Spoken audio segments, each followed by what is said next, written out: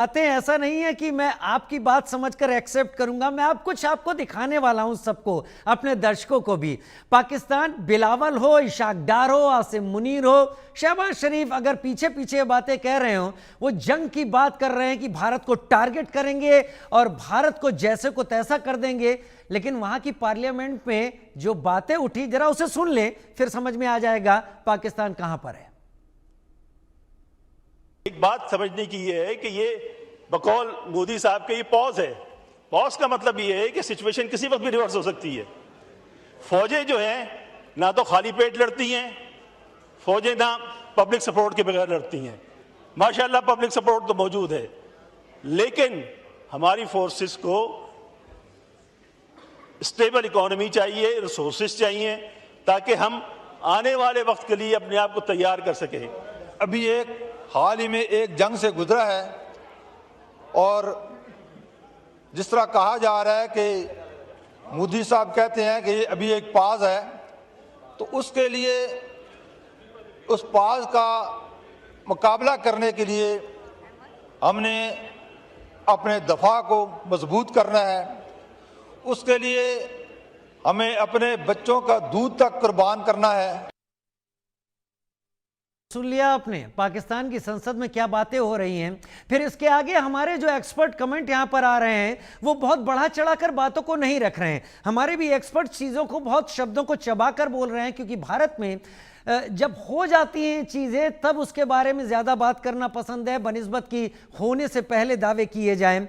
संजीव श्रीवास्तव साहब मेरे साथ इस वक्त जुड़े हुए हैं। संजीव श्रीवास्तव साहब, आपने पाकिस्तान की पार्लियामेंट में क्या कहा जा रहा है वो आपने सुना, और ये पाकिस्तान की पार्लियामेंट के हिस्से हैं। इससे भी ज्यादा कहा गया है, जहां पर यह तक कहा गया है कि हमारे पास इक्विपमेंट ही नहीं है कि हम सस्टेन कर पाएं, भारतीय मिसाइलों को हम रोक पाएं। लेकिन ये पॉज की बात बहुत हो रही है और हमारे भी एक्सपर्ट कह रहे हैं कि ऑप सिंदूर खत्म नहीं हुआ है। इस पॉज को डिफाइन कीजिए भारत को लेकर।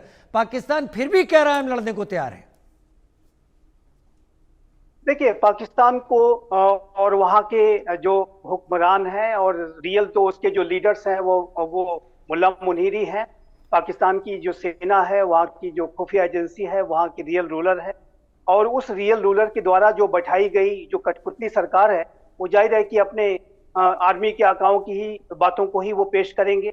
और यदि पाकिस्तान का इतिहास रहा है कि यदि कोई जो जमहूरियत है, जो कठपुतली की सरकार होती है, वो सेना के सुर में अगर बात न करे तो वो उसको हटना पड़ता है। इमरान खान अभी आप देख लीजिए, वो जेल के अंदर मौजूद हैं। कई को तो हत्याएं हो गई, एक को तो फांसी के तख्ते पर साजिश के तहत लटका दिया गया, जुल्फिकार अली भुट्टो को। तो ये पाकिस्तान के जो संसद में जो बातें कही जाती हैं, वो सेना के ही सुर में सुर मिला करके ये बातें करते हैं। और जाहिर है कि उनकी जो आंतरिक सच्चाइयां हैं वो जगह पर आ ही जाती हैं, और कुछ जो वहाँ पे जो लीडर्स हैं जो कि वहाँ की सच्चाइयों को, कड़वी सच्चाइयों को रख देते हैं। और जैसा कि वो जिस तरीके की बातें कर रहे हैं कि हमारे पास ना अच्छे इक्विपमेंट्स हैं, यहाँ तक कि कितनी ज्यादा उन्होंने इस तरीके की बात कर दी कि बच्चों के दूध को भी कुर्बान करने की, ये इससे उससे बुरी स्थिति क्या हो सकती है किसी भी राष्ट्र के लिए। तो ये जो इस तरीके की स्थिति में पाकिस्तान कैसा युद्ध लड़ेगा, क्या युद्ध लड़ेगा, ये तो पाकिस्तान के हुक्मरान जानते हैं।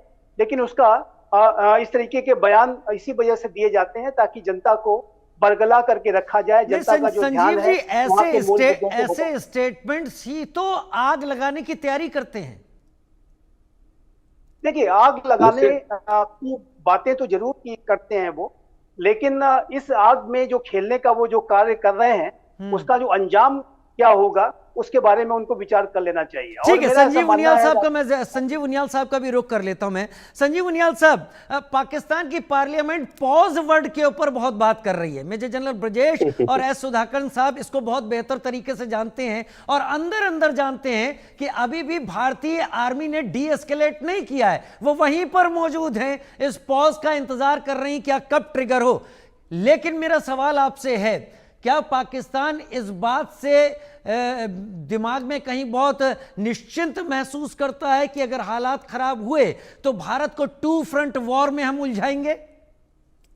नहीं राजीव, आपने जो पॉज बोला ना, मुझे लगता है कि जब कोई शक्तिशाली व्यक्ति बुद्धिमान भी हो जाए ना, तो वो बहुत लीथल कॉम्बिनेशन हो जाता है।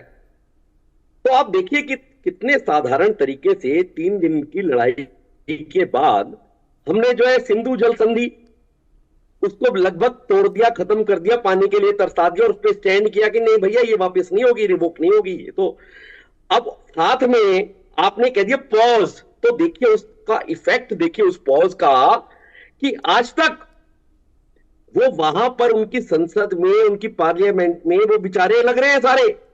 मोदी की बात होती रहती है लगातार निरंतर, हमारी पार्लियामेंट में नहीं, उनकी पार्लियामेंट में।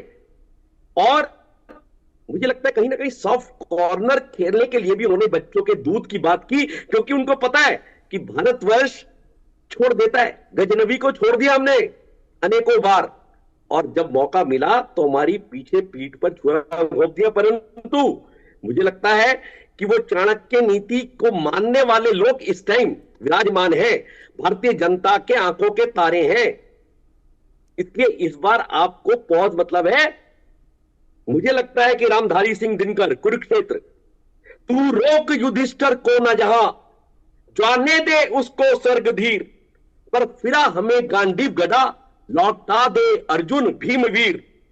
कह दे शंकर से आज करें वे प्रलय नित्य फिर एक बार, सारे संसार में गूंज उठे हर हर बम बम का महाउच्चार, हर हर बम बम का महाउच्चार। तो आप इसको, पावर को, इस शक्ति को, इस डर को, इस पॉज को बना के रखने की अत्यंत आवश्यकता है इन असुरों के लिए, इन गंदे लोगों के लिए जो आपकी पीठ पर छुरा घोंपते हैं। जब लड़ाई होती है तो 22 मिनट में भाग जाते हैं, टनल में छुप जाते हैं, और उसके बाद पाकिस्तान जाता है भीख मांगने, किससे? अमेरिका से। तो ये वो चालाक गंदे असुर हैं जिन पर आपको बिल्कुल विश्वास नहीं करना है, और लकीली ये सरकार ऐसी है जो विश्वास करने वाली नहीं है। और फिर से गांधी घटा लौटाने वाले अर्जुन भीमवीर आएंगे, और पीओके पर जो इस तरह का इन्होंने जो तांडव मचा रखा था वो भी मुझे लगता है कि मुझे लगता है सर अपनी पॉलिटिक्स और अपनी पब्लिक